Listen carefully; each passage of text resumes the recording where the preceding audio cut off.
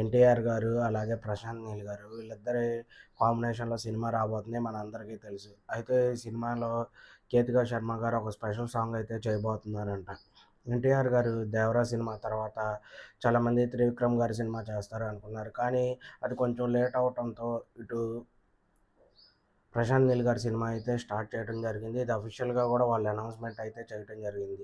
ఈ సినిమాలో ఒక సాంగ్ కోసం చాలామంది హీరోయిన్‌లు అనుకున్నారంట గానీ, చివరికి కేతికా శర్మ గారిని అడిగితే చేస్తాను అని చెప్పారంట. అయితే కేతికా శర్మ గారు 'రాబిన్ హుడ్' సినిమాలో ఒక సాంగ్ అయితే చేయడం జరిగింది. ఆ సాంగ్ చూసి మరి అడుగుంటారు ఎన్టీఆర్ గారు, అలాగే ప్రశాంత్ నీల్ గారు.